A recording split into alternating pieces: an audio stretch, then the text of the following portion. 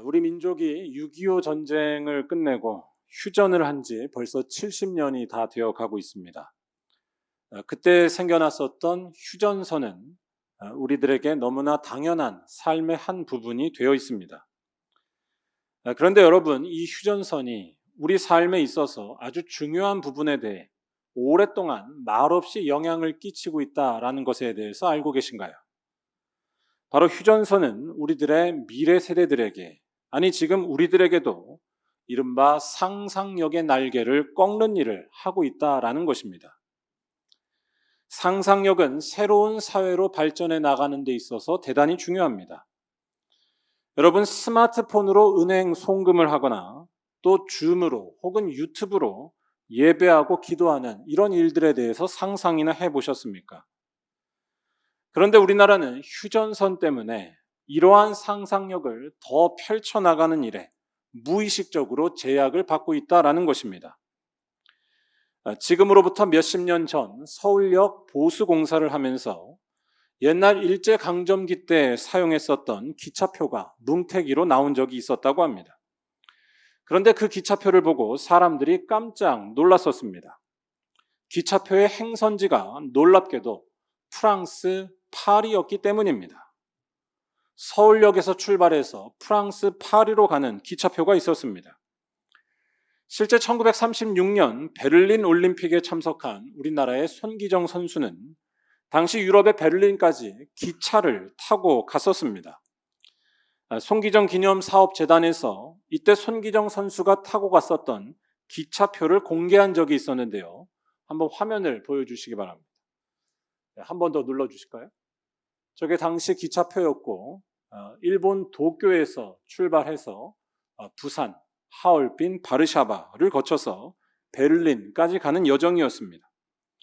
경부선으로 쭉 올라와서 시베리아 횡단 열차로 이어진 다음에 독일의 베를린까지 약 2주에 걸쳐서 기차를 타고 간 것이었습니다. 여러분들은 부산역이나 또는 서울역에서 유럽까지 기차를 타고 가는 것에 대해 상상해 보셨습니까?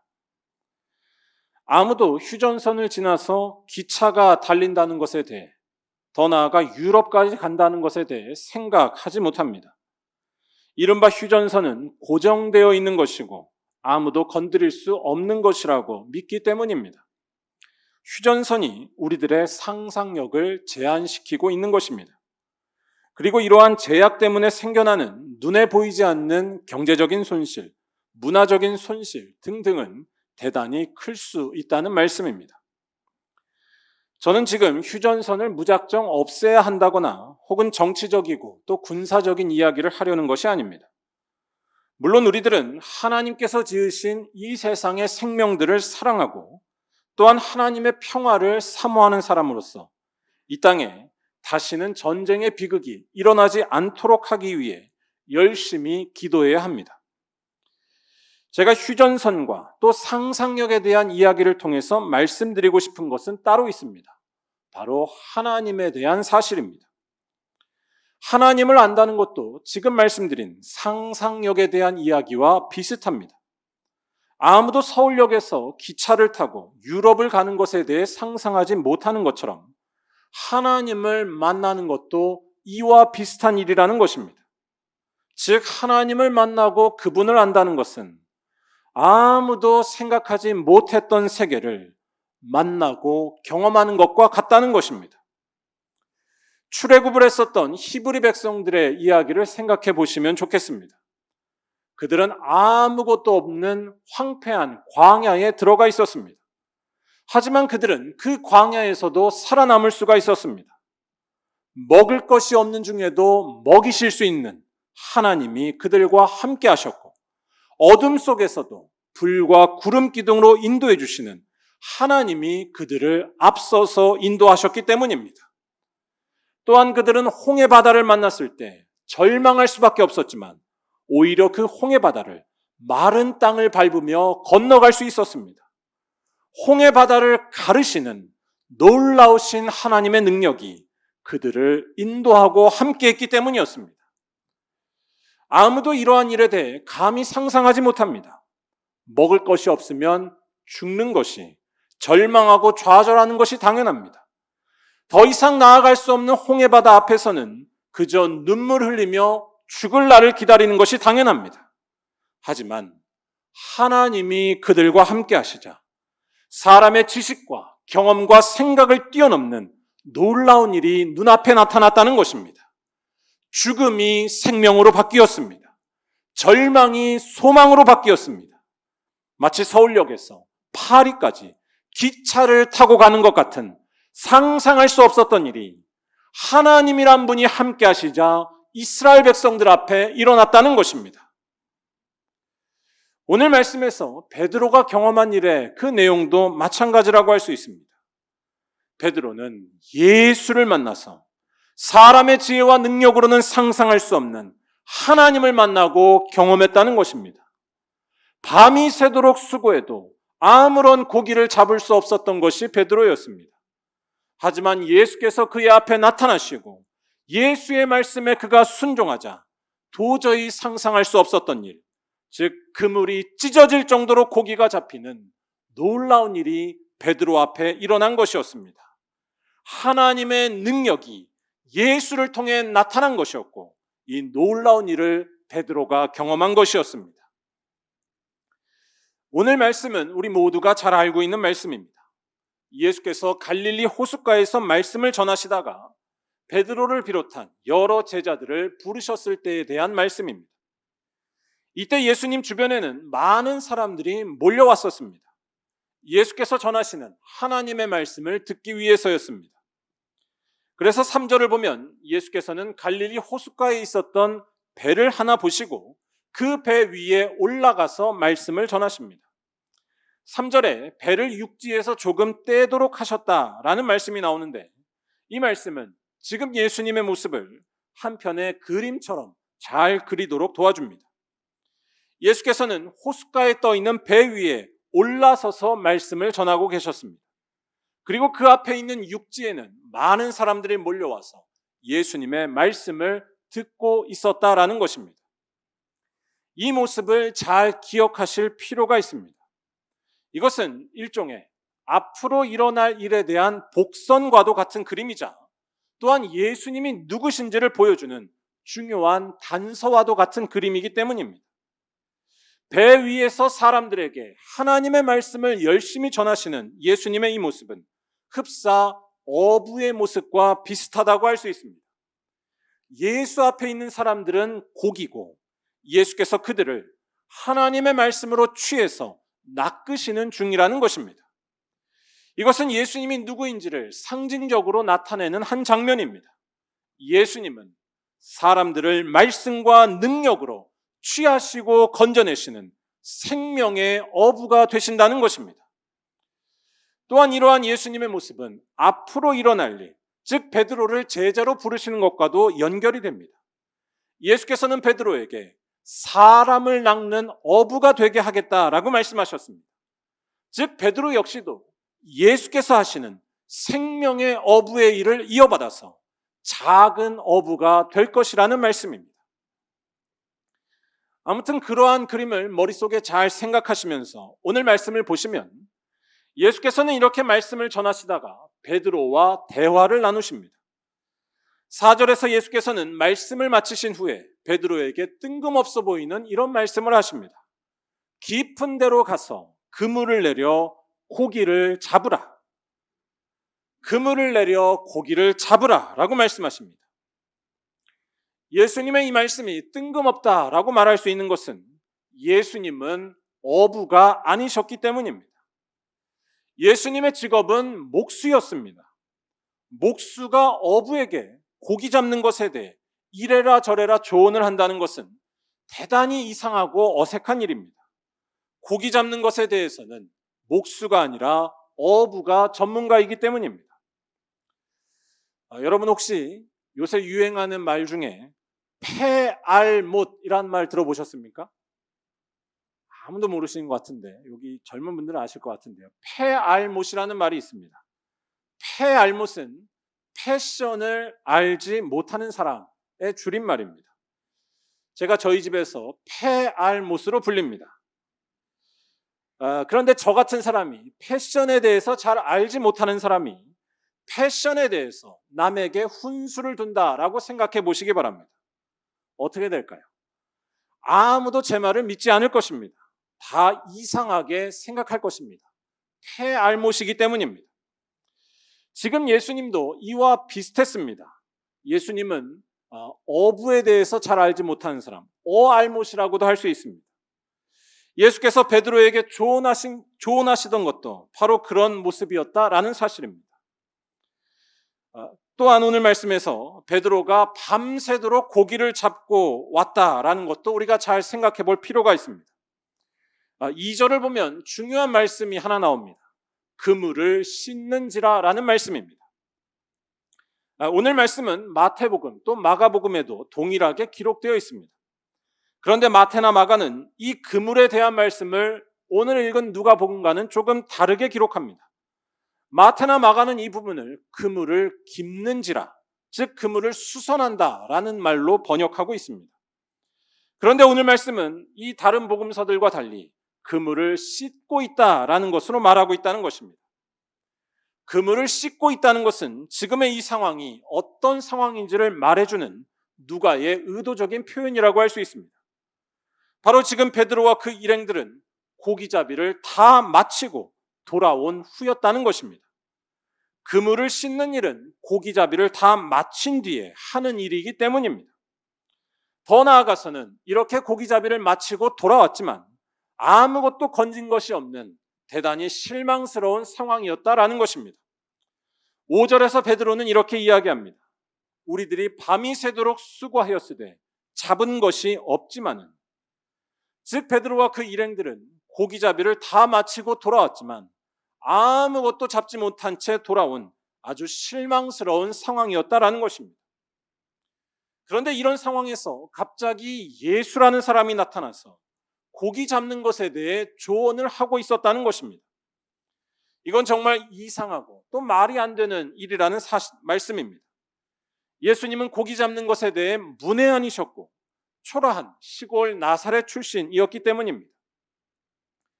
여러분 같으면 이때 예수님의 이 조언을 받아들일 수 있으시겠습니까? 안 그래도 고기를 못 잡아서 아주 속이 타 죽겠는데 아무것도 모르는 목수가 저기에 가서 고기를 잡으라라고 한다면 여러분들은 기분이 어떠시겠습니까? 저 같으면 아주 열이 불같이 날 것 같습니다. 그런데 오늘 말씀은 아주 놀라운 이야기를 전하고 있습니다. 5절에서 베드로는 참 감사하게도 예수님의 이 이상해 보이는 말씀에 즉각 순종해서 그물을 내립니다. 그러자 놀라운 일이 일어났습니다. 엄청나게 많은 고기가 잡힌 것이었습니다. 우리 다 함께 6절과 7절을 한번 읽어보도록 하겠습니다. 그렇게 하니 고기를 잡은 것이 심히 많아 그물이 찢어지는지라. 이에 다른 배에 있는 동무들에게 손짓하여 와서 도와달라 하니 그들이 와서 두 배의 채움에 잠기게 되었더라. 아멘. 이때 잡은 고기가 얼마나 많았는지 그물이 찢어질 정도로 많았다라고 기록하고 있습니다. 또한 동료들의 배까지 동원했는데 그것도 모자라서 배가 물에 가라앉을 정도였다고 말합니다. 예수님의 말씀에 순종하자 이렇게 놀라운 일이 일어났다는 것은 예수님이 고기잡이에 대한 숨은 전문가였다라는 것을 말하는 것이 아닙니다. 또한 우연히 그때 고기가 많이 잡혔다는 것, 이런 것을 말하는 것도 아닙니다. 이 사건은 한 가지를 말하고 있습니다. 예수님이 누구신지를 말하는 것입니다. 바로 예수님은 아무도 상상할 수 없는 놀라운 능력과 권세를 가지신 하나님의 아들이시라는 것입니다. 예수께서 말씀하시자 다 끝나버린 인생 가운데도 기쁨이 채워질 수 있다는 것입니다. 예수께서 일하시자 절망스러운 현실에도 빛이 들어올 수 있다는 것입니다. 우리들의 생각과 지식을 뛰어넘는 하나님의 놀라운 일이 바로 예수님에게서 일어난다는 사실입니다. 이러한 사실은 8절에 나오는 베드로의 고백에서도 잘 나타납니다. 우리 8절 말씀도 한번 다 같이 읽어보겠습니다. 시몬 베드로가 이를 보고 예수의 무릎 아래에 엎드려 이르되 주여 나를 떠나소서 나는 죄인이로소이다 하니. 아멘. 이 말씀에서 우리들은 베드로의 이 모습을 한번 잘 생각하면서 볼 필요가 있습니다. 베드로는 지금 자신을 죄인이라고 고백하면서 예수님께 떠나달라라고 간청하고 있습니다. 더군다나 그는 예수님의 무릎 아래에 엎드려서 이 말을 하던 중이었습니다. 10절에 나온 예수님의 말씀까지 함께 보면 이때 베드로는 무서워하기까지 했었습니다. 벌벌 떨면서 예수님 앞에 간청하고 있던 것입니다. 여러분은 베드로의 이 모습이 어떻게 느껴지시나요? 좀 이상하지 않으신가요? 방금 전 베드로의 상황이 어떠했습니까? 베드로는 한마디로 대박이 난 사람이었습니다. 예수님 덕분에 그물이 찢어질 정도로 많은 고기를 잡았던 것이 베드로였습니다. 그렇다면 베드로가 예수님을 보고서 뭐라고 말하고 또 어떻게 행동해야 자연스러운 것이 될까요? 예수님을 얼싸 안으면서 감사하다고 하거나 아니면 즐거운 표정을 지으면서 기세등등해야 하지 않을까요? 나는 이런 사람이야 라고 말하면서 자랑을 하거나 아니면 속으로 으쓱해하는 것이 당연할 것입니다. 하지만 베드로는 지금 대단히 이상한 모습을 하고 있다는 것입니다. 베드로는 두려움에 빠졌습니다. 베드로는 예수님께 자기를 떠나달라고까지 간청하고 있습니다. 베드로의 이러한 모습은 좀 의아해 보일 수 있습니다. 하지만 베드로의 이러한 모습은 결코 의아하거나 이상한 모습이 아닙니다. 이것은 베드로가 예수님을 온전히 만났다는 것을 증거하고 있는 말씀입니다. 바로 아무도 생각할 수 없고 알 수도 없는 놀라운 세계, 곧 하나님을 예수님으로 인해 경험한 것이었고 이로 인해 거룩한 두려움에 휩싸인 것이었습니다. 마가복음 9장을 보면 변화산에서 예수님의 영광스러운 모습을 목격한 제자들이 나옵니다. 이때 그들은 예수님의 놀라운 모습을 보고서 다 입을 다물어 버렸다고 나옵니다. 마가복음 9장 6절은 이때 그들이 무슨 말을 할지 몰랐을 뿐만 아니라 몹시 무서워했다고 나옵니다. 세상에서 절대 경험할 수 없는 놀라운 일을 예수에게서 경험한 것이었고 그래서 거룩한 두려움에 사로잡힌 것이었습니다. 제가 오늘 말씀을 처음 시작하면서 상상력에 대한 말씀을 드렸는데요. 예수를 온전히 만난 사람은 우리의 상상을 뛰어넘는 하나님을 만나고 그래서 두려워할 수밖에 없다고 할 수 있습니다. 가장 낯설고 새로운 일이 바로 예수를 온전히 만나는 일입니다. 성경이 전하고 있는 이러한 이야기가 피부에 잘 와닿지 않으신다면 제가 이렇게 한번 예를 들어보면 좋을 것 같습니다. 세상에 있는 많은 기업들은 다 이익을 추구하는 것에 그 목적이 있습니다. 그런데 여러분, 이익을 추구하지 않는 기업이 있다라고 한번 생각해 보시기 바랍니다. 이익을 추구하지 않는 기업이 있다. 그런데 더 놀라운 것은 그 기업이 절대로 망하지 않는다면, 그 기업이 아주 온전히 살아남아 있다면 여러분은 어떨 것 같으십니까? 아니, 망하지 않는 정도가 아니라 그물이 찢어질 정도로 더 많이 벌고 있다면 여러분 믿으실 수 있겠습니까? 지금 자본주의 세상에서 이런 일이 과연 가능할까요? 또 이렇게도 생각해 보시기 바랍니다. 세상에서 높은 자리에 있지도 않습니다. 또 힘이 많이 있는 것도 아닙니다.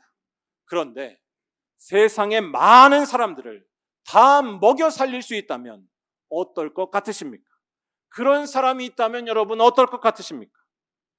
아니, 우리들의 개인적인 상황으로 들어와서 생각해 보자면 물도 없고 먹을 것도 없고 답도 없는 어려운 상황을 맞았습니다. 그런데 이 어려운 상황 속에서 오히려 부족하지 않을 수 있으며 오히려 배부를 수 있게 된다면 여러분 믿으실 수 있겠습니까? 이러한 일이 일어난다면 세상 사람들이 보여주는 반응은 아마 두 가지일 것입니다. 자기가 알고 있는 바에 따라서 익숙한 경험과 지식에 따라서 아예 부정하거나 안 믿는 것이 첫 번째입니다. 아니면 이 사실을 도저히 부정할 수 없을 때 아주 까무라치면서 두려워할 수밖에 없게 된다는 것입니다. 이해할 수 없는, 말도 안 되는, 한 번도 경험해보지 못한 일이 일어났기 때문입니다. 제가 드리고 싶은 말씀은 예수를 만난다는 것이 이와 비슷하다는 것입니다. 세상의 질서와 우리 인간의 지식과 경험이 다 무너지는 일이 바로 예수에게서 일어났다는 것입니다. 우리 인간의 지혜로 다 이해할 수 없는 하나님의 온전하신 모습이 바로 예수님에게서 나타났기 때문입니다. 이러한 예수님의 모습이 가장 완전하게 드러난 곳이 바로 십자가와 부활입니다. 죽어도 죽지 않으시고 없어도 살아계신 하나님의 그 놀라운 모습이 바로 십자가와 부활에서 완전히 드러났다는 것입니다. 그래서 정말로 예수를 알게 되고 정말로 예수를 만난다면 두려워 떨 수밖에 없다는 것입니다. 정말로 이해할 수 없는 일을 만났을 때 우리 모두가 당황하며 놀라게 되는 것과 마찬가지인 것입니다. 그리고 오늘 말씀에 나타난 베드로의 모습이 바로 이것을 보여주고 있다는 것입니다. 그는 예수를 알게 되자 예수 앞에 엎드릴 수밖에 없었습니다. 예수님께 자기를 떠나달라고 요청할 수밖에 없었습니다. 예수가 인간의 모든 생각과 경험을 초월하는 하나님의 능력임을 분명히 알게 되었기 때문입니다. 그래서 이러한 예수를 만난 이후로 이제 베드로는 이전과 똑같이 살 수가 없었다는 것이 오늘 말씀의 또한 중요한 이야기입니다. 이제 베드로에게 가장 중요한 것은 달라질 수밖에 없었습니다. 예수만이 가장 중요한 것이 되었습니다. 이 세상에서 어떤 모습으로 살던지 간에 가장 중요한 것은 이 예수를 붙들며 예수와 함께하며 사는 것뿐이었습니다. 거기에서만 하나님을 만날 수 있고 거기에서만 참된 능력과 생명을 얻을 수 있기 때문이었습니다.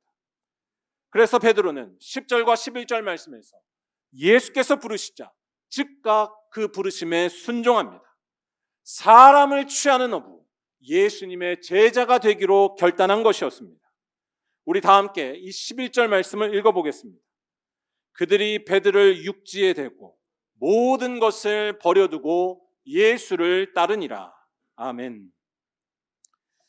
제가 오늘 말씀 제목을 모든 것을 가지고 예수를 따르니라 라고 썼습니다.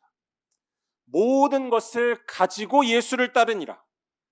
이 제목이 좀 이상하게 느껴지는 분들이 계실 것입니다. 이 제목은 방금 읽은 11절 말씀을 조금 바꾼 것입니다. 베드로는 분명 모든 것을 버려두고 예수를 따랐다라고 나오고 있습니다. 그런데 저는 오늘 말씀을 준비하고 또 묵상하면서 11절에 나와 있는 이 말씀이 조금 다르게 보였습니다.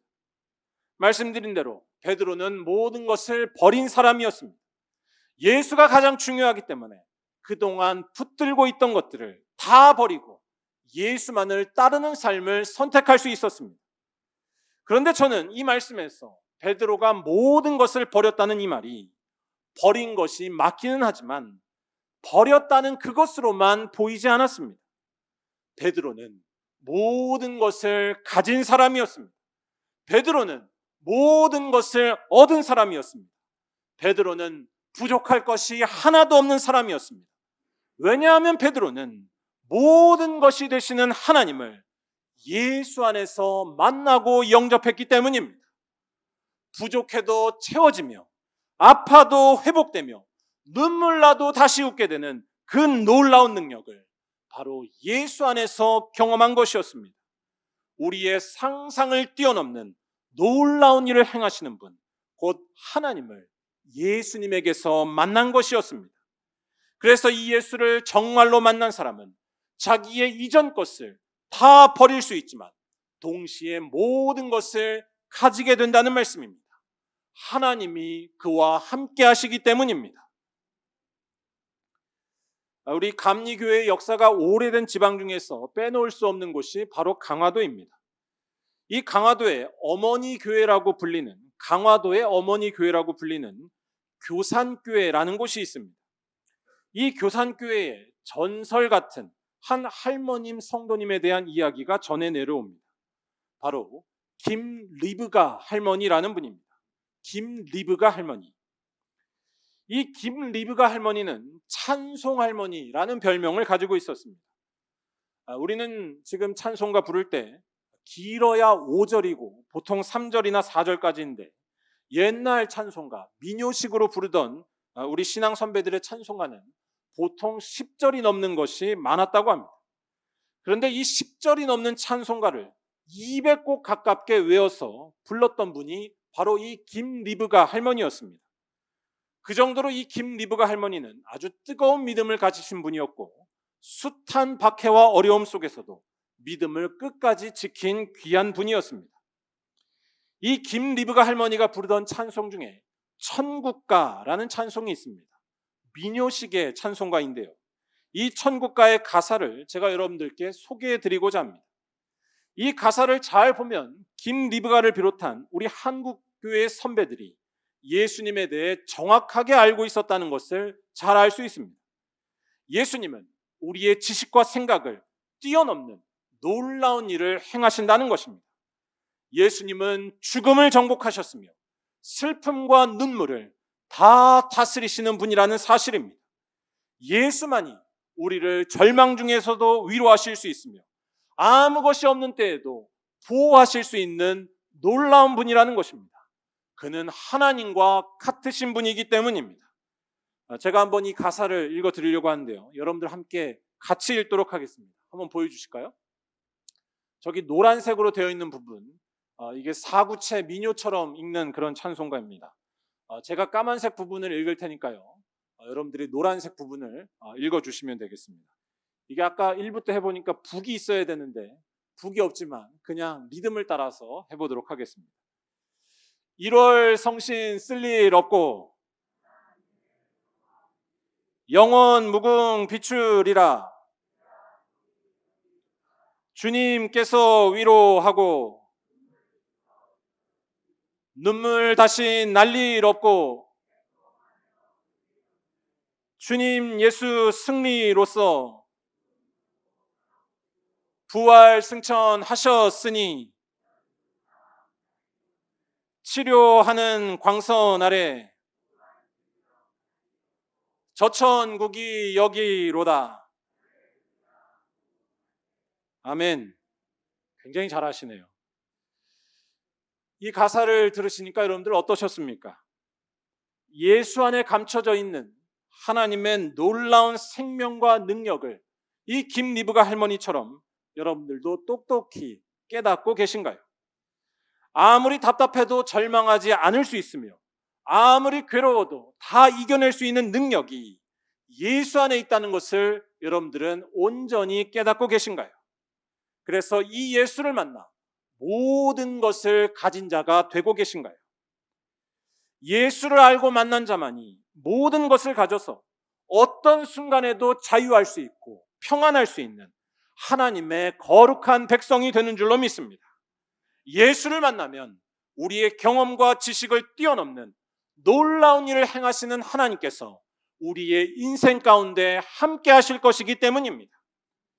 그렇기 때문에 이러한 사실을 온전히 깨닫고 믿는 자에게 해야 할 일은 단 하나라 할 수 있습니다. 바로 베드로처럼 예수께서 부르실 때에 그를 따르는 일에 자기의 모든 운명을 거는 것입니다. 이 믿음을 갖고서 예수를 따라가기로 결단하는 자에게 하나님의 놀라운 역사가 끝까지 나타날 줄로 믿습니다. 우리의 상상을 뛰어넘는 하나님의 일이 여러분의 삶 가운데 나타날 줄로 믿습니다. 그리하여 모든 것을 가질 수 있을 것이며 모든 것에서 평안할 수 있을 것이며 모든 것에서 기쁨이 넘치게 된다는 것입니다. 오늘 말씀의 표현으로 하자면 그물이 찢어지는 일이 예수를 붙드는 여러분 모두에게 일어날 줄로 믿습니다. 이 예수를 더욱더 붙들기 위해 기도하는 자리에 더욱더 열심으로 나오시기를 간절히 바랍니다. 기도하는 자만이 예수를 만날 수 있으며 기도하는 자만이 예수의 음성을 분명히 듣기 때문입니다. 또한 이 예수를 온전히 따라가기 위해서 이 땅에 가난하고 외로운 이들을 외면하지 않고 그들과 함께 살아가는 은혜가 여러분 모두에게 넘치시기를 간절히 바랍니다. 예수께서는 내 이웃을 내 몸처럼 사랑하라고 분명히 명령하셨습니다. 지금 내 옆에 있는 울고 있는 사람이 있다면 그를 위로해 주시고 모든 이들에게 친절히 대하시며 가진 것을 아낌없이 나누며 사는 귀한 능력이 여러분 모두에게 충만하시기를 간절히 바랍니다. 그리하면 여러분은 절대로 망하지 않게 될 줄로 믿습니다. 눈물 날 일 다시는 없을 것이며 우한 질병이 다시는 없을 줄로 믿습니다. 예수를 따라가면 생명이 떠나지 않고 하나님이 끝까지 동행하시기 때문입니다. 바라기는 이러한 믿음으로 참된 영생과 회복으로 나아가는 우리 모든 말리언교회 성도들이 다 되시기를 주님의 이름으로 간절히 축원합니다. 기도하겠습니다.